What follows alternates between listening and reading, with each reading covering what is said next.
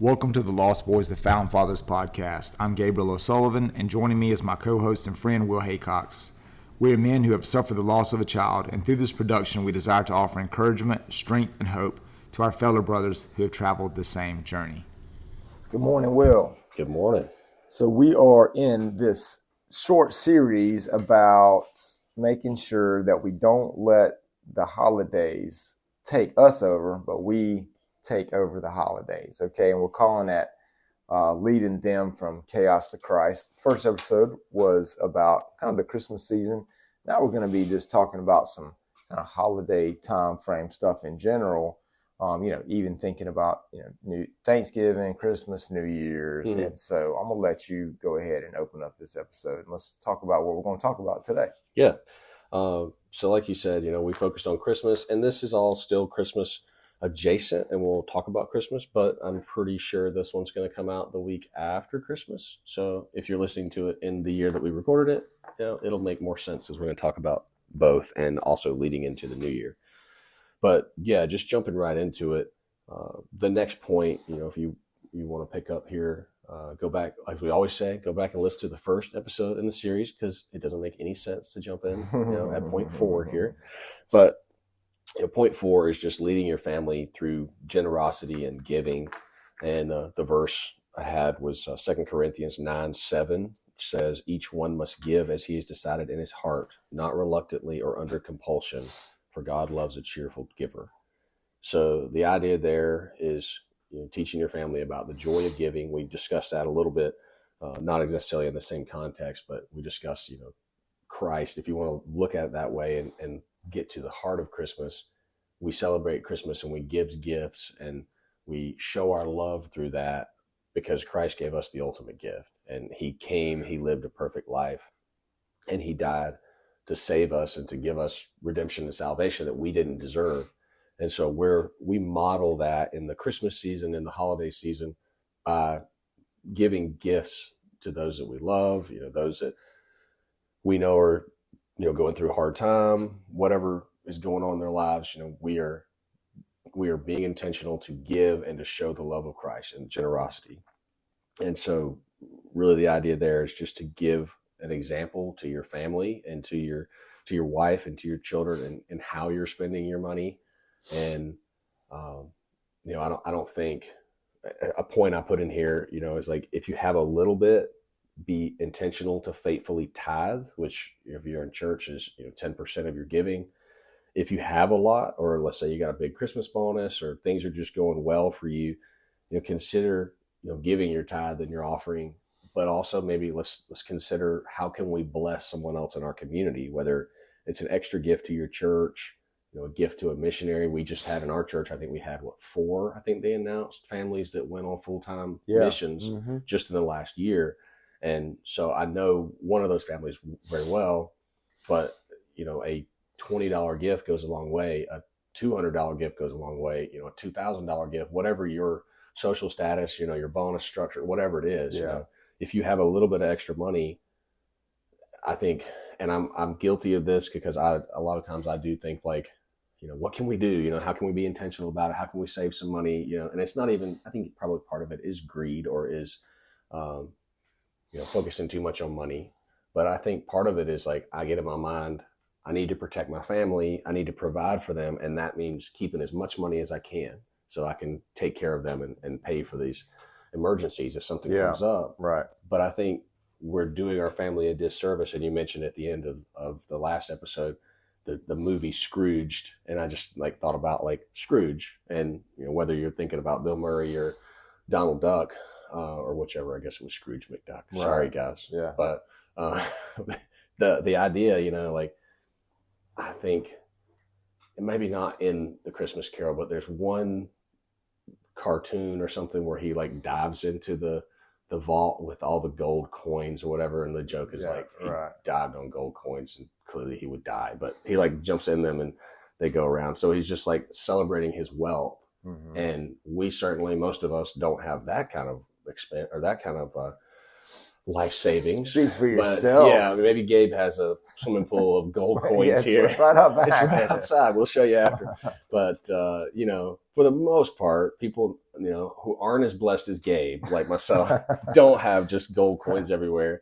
So, you know, it's easy. What I'm getting around to is it's easy to tell yourself you are being a good father and a good husband by not giving sacrificially, because you can tell yourself, I'm protecting my family. But I think there's certainly times we need to protect our family financially. And I'm not telling you go out and give 90% of your check away and then say, sorry, honey, I was being generous. I can't feed our family this week. Right, but outside of the bounds of what you need to provide for your family, I think a lot of us, and I'm speaking with my hand up, my voice louder than anybody else, find reasons not to be generous, or not to be generous to the point that it hurts. Like, it's very easy to be like, oh, I gave $20 to a friend, you know, but I just had a friend that, and I haven't made the gift yet, something that I want to do. My wife and I are going to kind of discuss Christmas bonus and stuff like that. But I have a friend who just recently had heart surgery, and he's in his 40s, and he has a wife and 2 daughters, and, you know, he's the provider for his family. And so it's something my wife and I are going to do, and what I want to pray over is like, how much can we give them to help them through the Christmas season? And, you know, he's a good hard worker or anything like that. It's not like it's a charity case. He's a guy that's had some health issues, and, you know, he's trying to do the best for his family. And I think something that's been in my heart is finding what I can give that doesn't take away our ability to live and have the necessities, but also I can show my kids, even though they're 3, almost 4, and less than a year old, you know, setting that example of like, if we have extra, we can give, we can love others, we can provide something for them, just like the Lord's provided for us. And so I think like the idea there is just to be intentional about giving in a way that matters, not just, not that Christmas gifts are, you know, don't matter, but let's maybe be a little more intentional. Instead of giving grandpa socks, you know, whatever it is, you know, somebody gets a tie. Let's think about, you know, who around us is really hurting. I'm sure most of us can think of someone, whether it's a shut-in or a family with some medical issue or whatever it is, somebody hurt at work. What can we do? How can we bless them? And, you know, it doesn't have to be, here, let me give you this and tell you all about Christ, and I'm going to hold you hostage for this $200 I have. But it's just, you know, give it and expect nothing in return. And, you know, if they want to ask and it gets to a conversation of, you know, why would you do this? All you got to say is, you know, I'm giving to you because the Lord's given a great amount of things to me. And, you know, I'll say that I have an actual example of that. Not that I did, unfortunately, wish I was that, you know, amazing. But this patient of mine, he was telling me a story about how his church had challenged them to do something, what they called it, just buy a Coke. And so what the thought is, instead of paying for your gas at the pump, that you actually go into the gas station, and that the person that's in front of you, you offer to get their Coke if they're buying a Coke. Now, he's not saying if they're buying $100 worth of gas and a Coke, he's not saying you pay for that. But and so he's like, you know, he said one day he said he was in the gas station. He said the dude in front of him, like his card wouldn't work. You know, how sometimes whatever, you can't get your card to work, or maybe you didn't have enough money in the card, you know, whatever. And he said the guy, I was like, oh man, you know, embarrassed. I was like, I'm gonna put the food back. He was getting like he was like a QT. He was getting like a Coke and a hot dog or whatever. And he said, you know, he's like, I was just like, hey, I'll get it. And so he paid for the guy's Coke and hot dog. And then he said they didn't pay for mine. He was like, and I walked out, and he said the guy was standing there waiting on me. And he said he was not from America. He was like, so in broken English, he was like, why did you do that? And he was like, well, he was like, you know, I'm a follower of Christ. And, you know, he tells us to, you know, to look out for the needs of others. And it was a real bummer that your card wasn't working. And I was like, it's the least I can do is help you get lunch, you know, today. And he said, and I opened up this whole conversation for the guy to be like, you know, tell me more, basically. And the dude ended up leading him to the Lord on the curb of the QT gas station here in town over $5. $5 Yeah. over a Coke and a hot dog, you know. So like it can happen. And I just think it's about, you know, us again being intentional about making those opportunities. And I'm not good at that, you know, but I want to be better at it. Yeah, and I think, you know, just exactly to your point, like creating opportunities. The last thing I had on this little section was, you know, involve your kids in it. And you can say, you know, depending on their age, you can involve your kids by just, you know, letting them come with you when you give the gift. Or, you know, we talked about last episode, you know, being generous to give, you know, cookies or give a fruit cake, whatever you think, you know, to give to somebody in your family or in your neighborhood that needs it. But, you know, I think the idea, we're not to the age yet where we're giving our kids allowances, but I think the idea in my mind, like to give an allowance, is to teach your kids some financial responsibility. That's and right. I think along with teaching them financial responsibility, teach them financial generosity. And we, you know, we're serving through, you know, we're serving with our time, hopefully, and we've encouraged you to do that. And, you know, Gabe and I are also growing in that, but we need to teach them, you know, this money, just like we were just talking about, this money is not just for you. This money is something the Lord has given you through your parents for you to use in a way that honors the Lord. And that can be saving up and being a good steward and buying a bike if you want a bike. But it can also be, you're going to glorify the Lord by, you know, maybe you do, I think, go back to like Samaritan's Purse or something, just because I did it as a kid. Or what's the other one? Shoebox. We used to pack a shoebox. That's Samaritan's Purse. Same thing. Okay. Yeah. So like we used to do it, and maybe it's a little different now, but you know, you're buying, you pick a kid, a certain age, a boy or girl, and you buy like toothbrush and a comb and a mirror or like some makeup or a doll or a ball or something. Like you're just getting little small things. And inflation, things probably expensive now, but back then I feel like you could probably outfit those boxes for $10 or $20, and you could probably find some decent stuff to do that now. You know, they're not asking you to spend $100. So the idea is like, and I think my parents did this when we were getting a little older, but they would let us pick a child as well. And so like our parents are doing it, but you know, you can get a Samaritan's Purse child, however that process works. I don't remember if I've done it as an adult.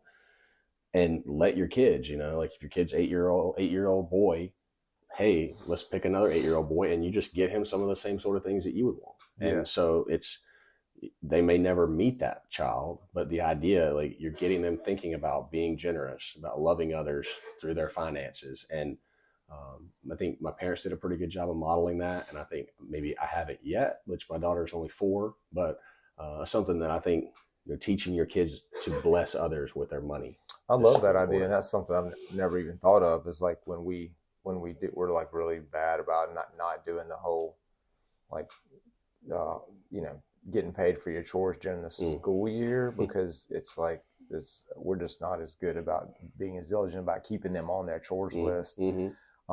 And then giving them, you know, their earnings for that as we are in the summer. So we need to just be consistent throughout the year. But we always, you know, we have the, like, okay, let's say you do your chores, you get $10. Okay. Then, you know, we're like, all right, 10% is tithe, 10% is save. And then, you know, 80% is, you know, yours to do what you want to with, you know, kind of thing. But I think it would be great to implement like, okay, 10% is tithe, 10% save, you know, or maybe 20% save is even better.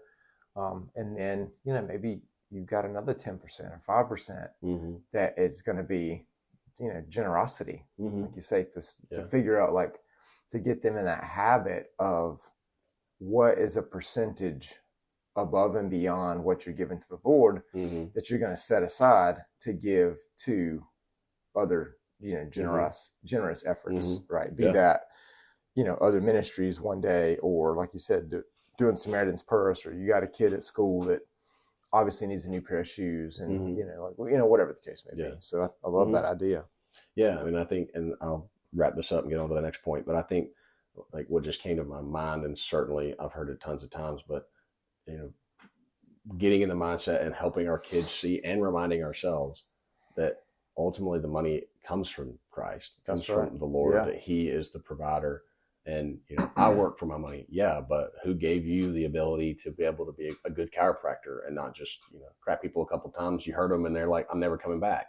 Like you have a talent and you worked on it and you hone that skill, and, your own talent and ability and interest has gotten you where you are, but the Lord gave you that interest and That's gave right. you the heart to help people that way. And the same for me, my skills and abilities that I have that allow me to provide for my family. Ultimately, the Lord gave me that.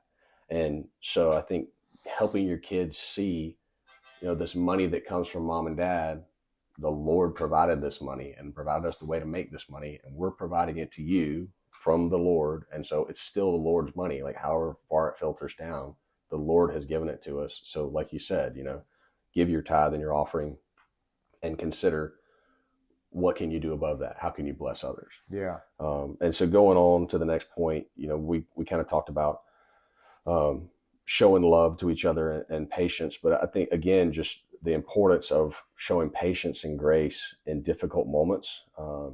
We've talked about Colossians 3:12 and 13. Put on then as God's chosen ones, holy and beloved, compassionate hearts, kindness, humility, meekness, and patience, bearing with one another, forgiving each other. And so I think specifically talking about this one, and it may not apply to some people, I hope it doesn't. But, family gatherings or even like work gatherings, maybe the closer you get family, it gets a little easier to be unkind to each other. But, things can just bring stress. And I'm not even necessarily saying, you have a family where you got the crazy liberal on one side and the crazy right-wing guy on the other side, and they're yelling and cussing at each other. I'm not necessarily saying you have to be like calling the police at your Christmas gatherings for your family, but I mean, just something that we're, as our kids get older, we're struggling with is the stress over like what sort of traditions are you establishing? And like my family lives here. My wife's family lives in Texas.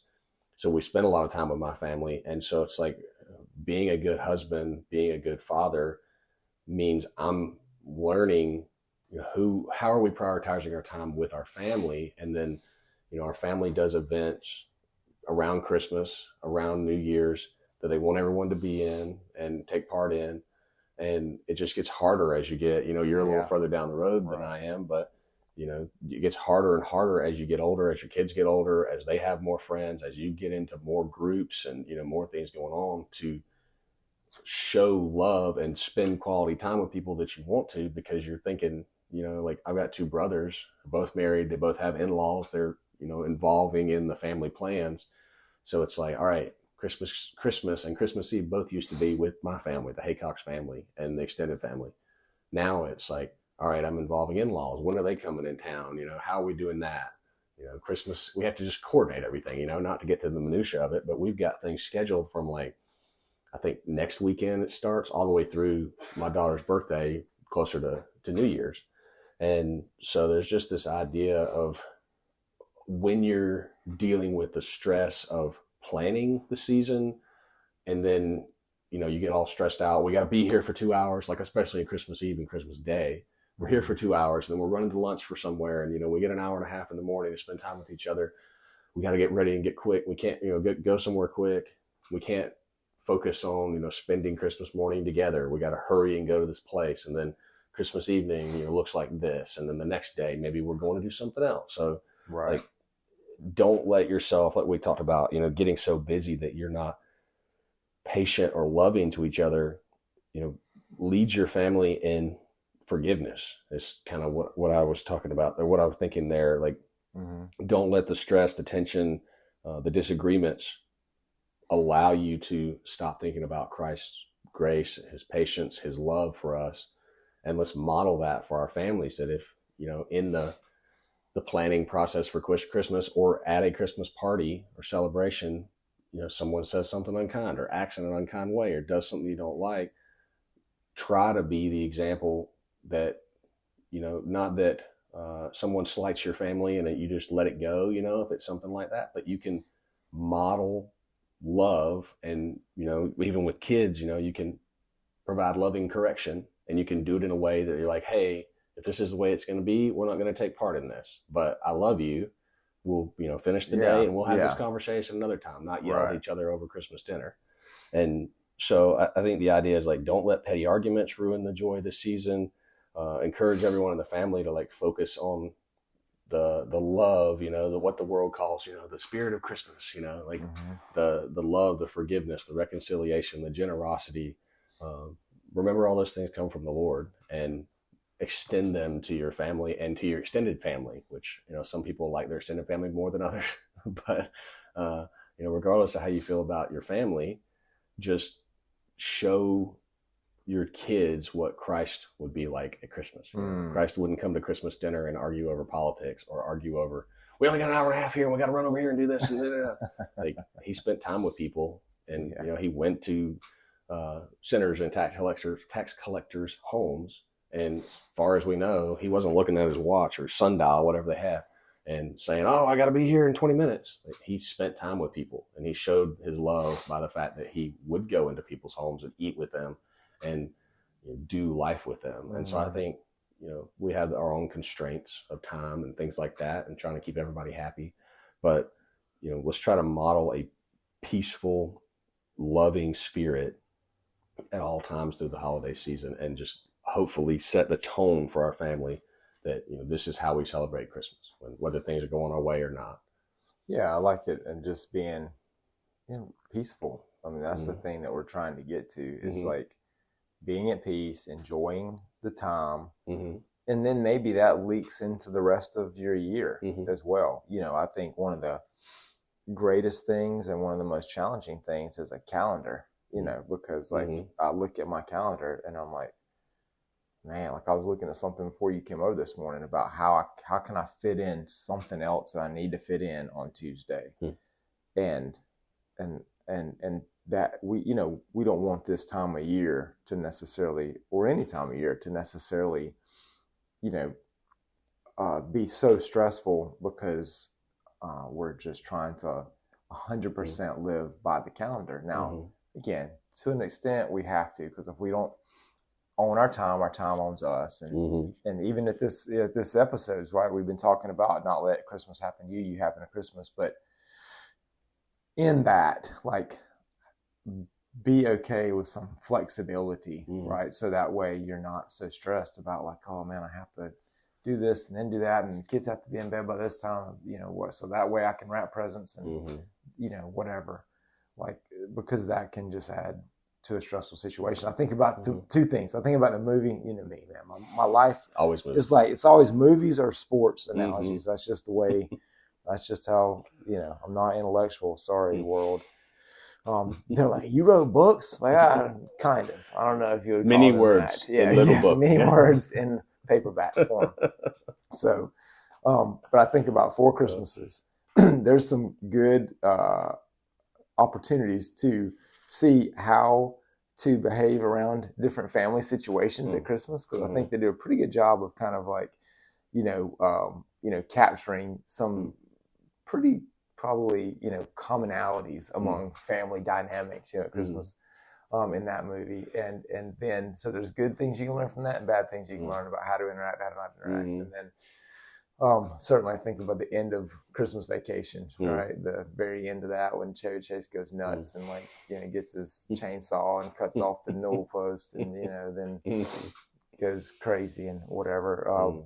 Those are examples of maybe how we don't want to get, during this time of year. Like, don't let it get so stressful. Just again, enjoy it, man. Enjoy yourself and enjoy the time. And again, showing grace. I love that. Showing grace, man. We want to be people that are dominated by grace, and that exudes in our life. And listen, I'm not there. I wish I was. Like, I know people that I look at and I'm like, man, I wish I was more like that person, because they're just so gracious and so chill.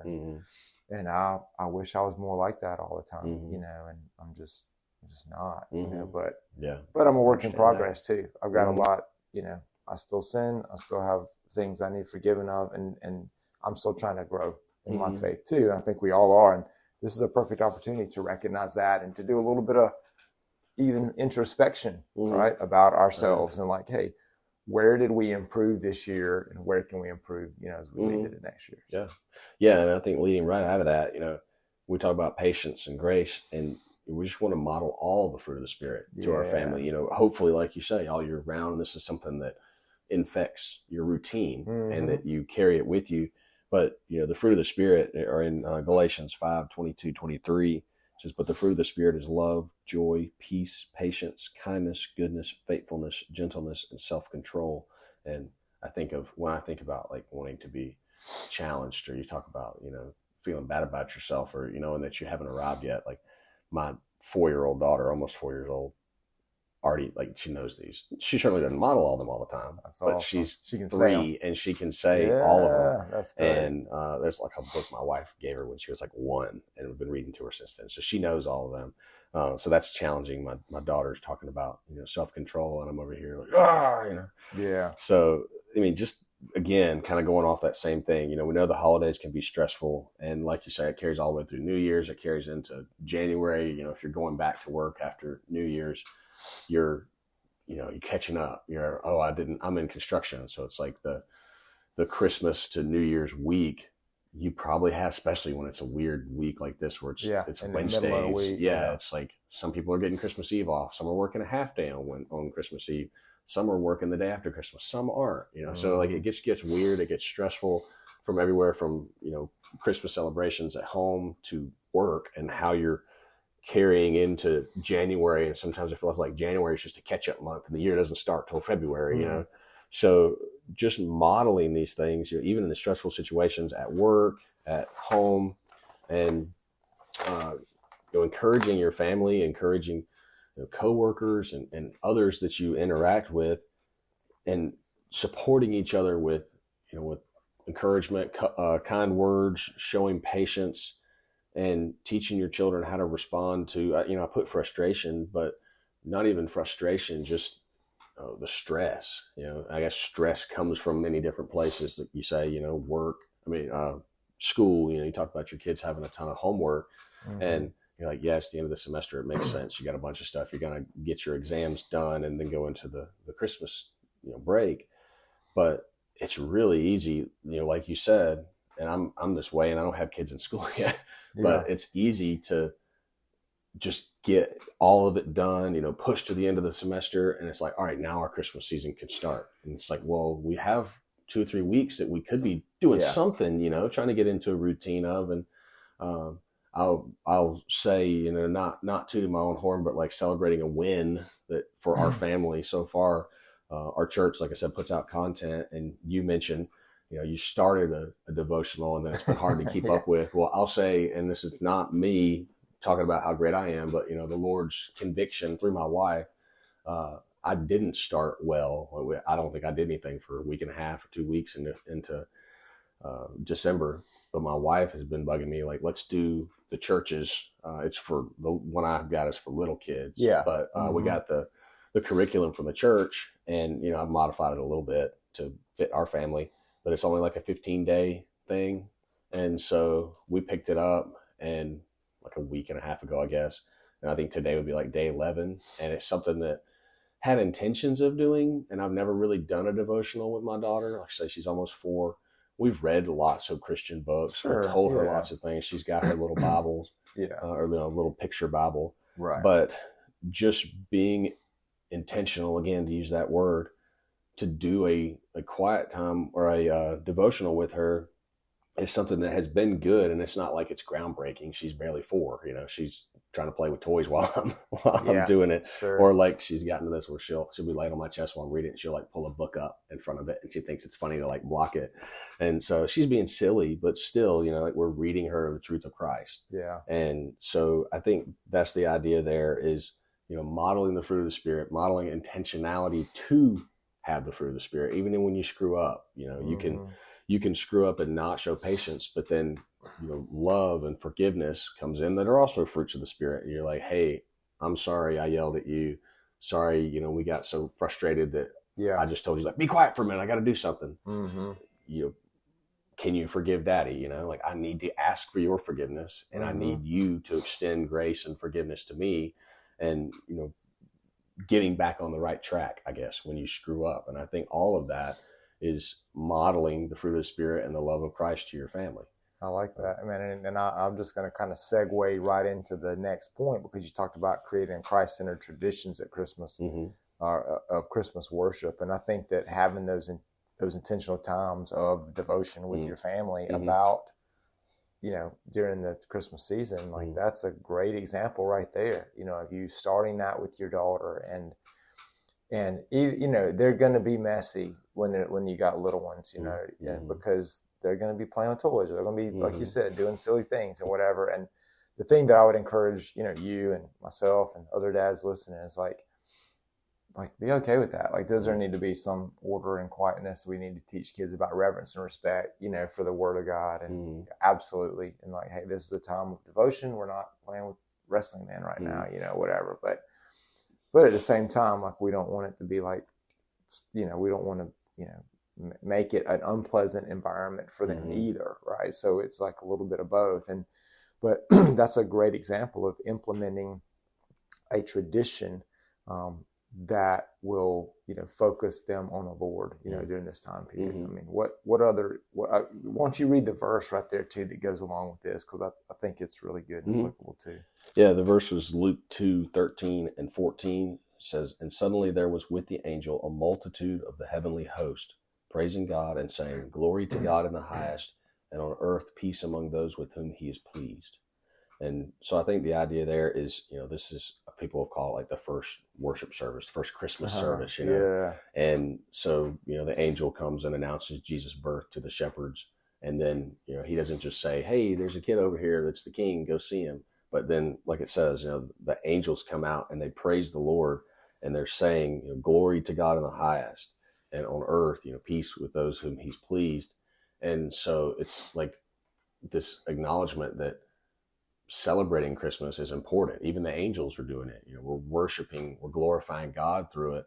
And I think being intentional about how you spend, what sort of traditions you create are things that your kids are going to take with them forever. And like I said, I mentioned it in the last episode, and I'll mention it briefly here. There are things that I'm 33 and my parents did when I was 3, 4, 5, 6 that I didn't think a ton about then. And I knew it was something we did, even through 6, 7, 8, 9, 10, 15. Yeah. I still didn't reflect on it. Probably till I was 18 or 20, I wasn't really reflecting on it. But now I'm going back and seeing, I mentioned, I won't get into it, but I mentioned that my parents on Christmas Eve would always take us to a different different faith traditions. Yeah. Christmas Eve service. And we did, cool things. We did funny things. The one story I'll share that I think is funny, and I think I've told you this before, but one Christmas Eve, they took us to a Catholic church, and we grew up Baptist. So we had the Baptist traditions and the grape juice and things like that. And so at the end of the service, I was probably 8 to 12-ish, somewhere in there. And at the end of the service, they were taking communion. And so you go up and around the front. It was a small church. And you go up, and I think they gave you the bread. And, you put your hands out, they gave you the bread. And I think I professed to be a Christian when I was like 6 or 7. So that I was at that time, they thought I was a Christian. Mm-hmm. And I got the bread, went up, and then they give you the cup, and they just turn the cup up to you and you take a sip. And my parents apparently neglected to tell me that it was wine. And so I took a sip and I went, what is that? Oh man. Oh man. So I bet the Catholic priest was like, exorcism. I bet it was. So I was just like, I don't know that I actually spit it out. I probably let it dribble down my face, but I remember like taking a sip and be like, oh, what is that? Oh no. And I thought the blood of Christ was just, Welch's grape juice served in little tiny plastic cups. Yeah. Shows you our Baptist problems here. But all that to say, like, funny things like that can happen, and I'm sure my parents were just horrified. Like I said, they probably wanted to immediately leave and like drop off face the earth, because the Catholics are probably like he touched the blood of Christ and spit it out. He must have a demon. But that was a time we almost set a church on fire, like playing with the candles in the windows. So like we did some dumb things. My parents were probably like, "Whoo, we made it past this year." But I reflect on those, and probably the more serious one. They would take us, we had a friend that lived somewhere 20, 30 minutes from our house that had a barn. and had a loft on the second floor or on the top of the barn, and it had all his hay in it that he would use throughout the year. And so we would go in this thing, and the barn probably wasn't huge. It was probably like 50 by 40 or 50 by 50 or something. And the top was a little smaller than that, but it was tall. And we would climb up there. And when he was younger and he had a lot of animals, that thing was full of hay. And it was just bales of hay, 3, 4, 5 high, and all the way across. And so we would go up there, my parents would bring blankets, and we would climb up on top of some of the hay bales, and we would play in them. And they would just put out the blankets, and we would sit there, and my parents would read us the Christmas story. And outside you would hear cows mooing, and you would hear, you know, goats here and pigs and stuff. And so it was really neat. My parents were like, I guess, trying to simulate, you know, we're in a barn, and, you know, Jesus was born in a manger around the animals. And so that's a really neat tradition. And all that to say, like, whatever your family tradition is, if it's doing an Advent calendar, you know, praying as a family first thing on Christmas morning and thanking God for, you know, the provision that he has seen fit to give that allows us to get all these gifts, you know, you're setting the tone for your family. And traditions are something that your kids will remember, whether they're good or bad. And like I say, not putting pressure, they have to be perfect traditions, or, you know, if you don't do it in a barn, your kids are going to hate you. Like, all this stuff is stuff that's going to shape your kids and something they'll reflect on later. And so I think, you know, the fact that I'm 20 plus years removed from doing that, and it was probably just 5 or 10 years ago that I started thinking about, what does that mean? You know, like, how did that shape me? What did that, you know, what are my thoughts behind that, to encourage the parents out here who may have older kids, or, you know, may have kids who are rebelling, and maybe you led them well when they were younger. I did that. I went to college and went crazy. I wasn't a Christian. And then, you know, coming back, and I won't say it was just because our Christmas traditions, but, you know, the Lord used everything from my wife, meeting my wife and her going to church, to the upbringing my parents gave me to bring me back to him. And so I'll just say that, you know, like, it's important for the now that you're spending that time being intentional about, you know, Christmas celebrations and traditions, but it's also something that you're creating that foundation for your kids to go out, you know, 5, 10, 15, 20, 40 years from now, and they'll still think back on that. And, you know, if your Christmas tradition, not throwing stones, but if your Christmas tradition is whatever, watching Die Hard, we joked about Die Hard, whether it's a Christmas movie or not, in the last episode. So go back and listen to our opinion on that and get mad at us. That sounds fun. But if it's like, say, watching Die Hard, like, cool, that's a family tradition. You're all sitting together, you're watching the movie. I don't remember the movie being incredibly violent, but it's called Die Hard, so it's probably pretty violent. But if that's your tradition, your kids will remember that. But think about how much better it would be if another, I'm not even saying you have to take that off the table, but another tradition is, you know, you're reading the Christmas story together, and you're encouraging your kids with, you know, Christ came, and the ultimate gift was that Christ came and lived a perfect life and died the death that needed to happen so that we can ultimately have a place with him. And your kids might not remember that till they're 18, 28, 38, but you're setting a foundation that the Lord may choose to use in the future to draw your kids back to him. That's great. Yeah, I think growing up, you know, one tradition that we had was going to, like, Christmas Day, like Christmas night, we would go to the Waffle House and eat dinner, and then we would go to a movie, you know, and that has nothing to do with Jesus or Christmas or whatever, but it's something that I remember that me and my parents and brothers did, you know, and the importance of it was that we were together as a family. Like, it was the 5 of us, and that's what we did, you know. And I remember, you know, going to my dad's house and with my other family, you know, and my sister over there, like, the thing that, I mean, just thinking back, like, I remember, like, doing the Christmas tree, and they would get those, like, old school popcorn things that you would heat over the fire, like in the little tin thing. Yeah. And we would, you know, this was back when, you know, kind of every home had a real fireplace. Like, they would do a fire, and we would and then we would make the popcorn, but then we would string it, you know, on, you know, string. And, like, that would be part of the Christmas decorations. And yeah, I just remember that was just like kind of a highlight, of Christmas, was going over there and making that popcorn over the fire and doing the popcorn string and putting that on on the tree. And again, that doesn't have anything to do with the Lord, which is kind of what we're talking about, is trying to implement some Christ-centered, stuff. However, it was them saying, hey, family's important. We're going to prioritize family time. And, ultimately, again, that's a good modeling, as a family, as a parent as well. And so just remember, like, things that we do now, traditions that we create now, your kids will remember when you're old as dirt like I am, and when 20-year-olds call you sir, like that's where I am at. Yeah. You're getting that too. I get that. And I'm like, wow, thanks for that. Yes. So when you're at I'm only 10 years older than you. Leave me alone. Yeah. But then I'm like, well, I think Obama was president when he was younger than me. I'm like, what have I done with my life? Like, I'm not really sure.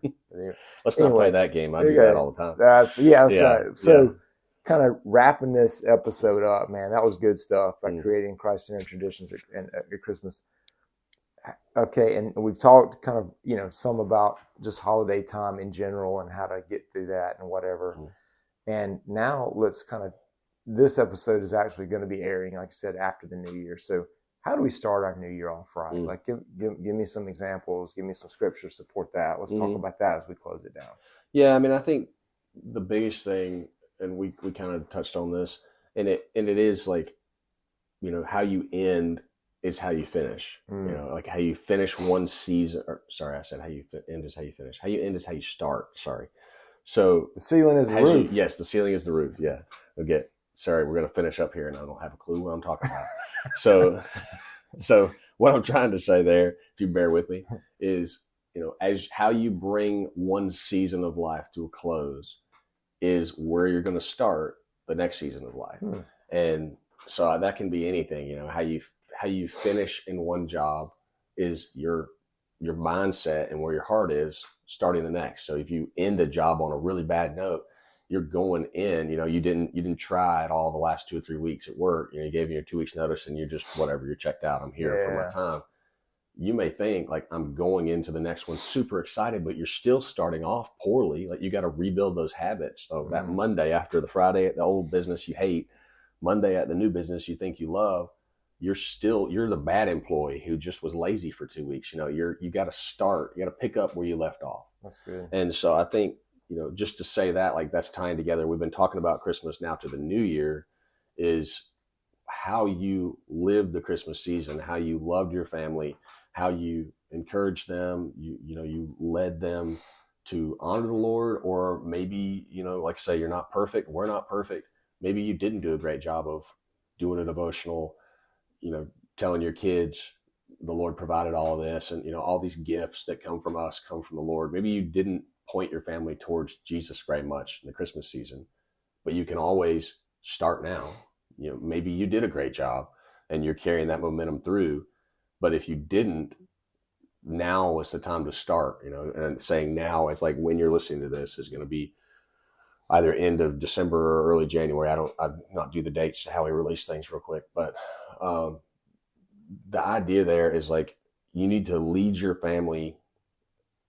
We have these New Year's resolutions, I guess, is the thought I had. New Year's resolutions are, we're going to go to the gym. I'm going to lose a bunch of weight. I'm going to try to work off those 5 or 10 pounds I gained from eating all the food at Christmas. We had a bunch of arguments in our family at Christmas. Okay, well, I'm going to try to do better this year. I'm going to try to be a little more patient with people, try to be a little more loving to my family. I'm going to try to get a promotion at work. I'm going to try to finish this project around the house. And those are all good things. Like, it's good to be a steward of our body. It's good to be more loving. It's good to take care of things around the house and be a protector and a provider. But I wanted to talk about, like, the most important resolution you can make is to be the man God wanted you to be for your family. There you go. And so, leading your family to grow in their walk with Christ is a quick little, whatever that is, like 8-word sentence. But that's something that you can't do that January 1. You can't do that January 10th. You can't do that in January. That's a January, February, March, like, you're building upon a foundation from January through December of that year. And then you're picking up again in January and December again. And it's something that maybe you did a great job of it, maybe you didn't do a great job of it, but you can continue and use that momentum of the new year, new year, new me, all this, all that stuff. Don't let the world suck you into just this secular resolutions, but really, like you talked about earlier, like some reflection and some introspection.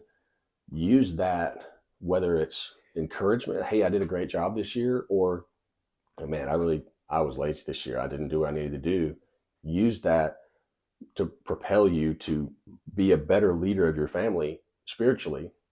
And if it's, I guess what I was thinking is, we talked about, right before this, we talked about traditions, and that maybe is, praying before you open gifts, reading from the Gospels, doing a quiet time or doing a devotion with your family. And this is a challenge to myself because I haven't done this, even though it's something I wanted to do for years. Don't stop after Christmas. Like, don't just, all right, my church put out an Advent reading plan. Yeah, right. Finish the Advent. Mm-hmm. Cool. And then January, I have time again. Yeah, like January, I don't have to spend that 10 minutes with my kids. Like it's easy to think like just get through it and finish it, but let's carry that into the new year. If you were able to do that, if you're able to lead your family in a quiet time, if you were able to start a quiet time of your own, or if in spending time preparing for a devotional, that's the first time ever, or the first time in a long time that you are spending intentional time with the Lord, carry that into January, build your relationship with the Lord so that you have the roots to help your family grow. And, the other thing is, lead your wife better and be the husband that you're called to be. And, that goes back to all these other points, but more specifically, exhibit the fruit of the Spirit to your wife. Yeah. And, help her grow, like one of the phrases or one of the metaphors is like, if your wife is a plant, water her well, like don't just, I'm going to take her on a date night once a month, and maybe it's once every 2 months, we'll hang out, we're basically roommates raising these kids together. Like, change that. And that's something that my wife and I try to be more intentional about, is spending time with each other. So whatever, one of these things you think you need to grow in most, I would say we probably all need to grow in all of them. Just use that momentum going into the new year that, hey, I'm not just going to lose 5 pounds. I'm going to try to be a better believer, be a better follower of Christ. And I believe it's like a must that if you become better follower of Christ, you will become a better father. You will become a better husband. Yeah. And so I think that's the challenge to myself and to everybody listening is, don't let the new year pass you by. And you don't have to get caught up in, I'm going to post about my resolutions, and I'm at the gym January 3rd, I'm looking great. Like by January 20th, I'm not in the gym anymore. But use that momentum that the world has turned to, making yourself better, and instead of making yourself a better person, make yourself a better servant. Is what I would say there. That's really good, man. I don't have anything to offer or add, man. I mean, I really think you covered the bases there. So that was great. So yeah, finish this year strong. Let's start next year strong. And if you're listening to this not live today, like some people are, then you're into that new year. So let's take Will's advice right there and start this year out strong and make it your best ever. Not just about you, but about how are you a better servant? How are you loving people better? How are you more gracious and kind, and even how are you more intentional? How are you more motivated? So that's good. Not for your glory, but for God's glory. For the betterment of your family. So thank you. Well, this has been fun. I've enjoyed it. And thank you guys for joining us and listening. We want to make sure you continue to follow us on social media, Facebook, Instagram, X, Lost Boys, Found Fathers. And check out my books, Thy Will Be Done, or Every Little Thing, 6 Small Steps to Perfect Peace. You can find those where books are sold. Thank y'all for joining us today. Let's not be lost. Let's be found in Him.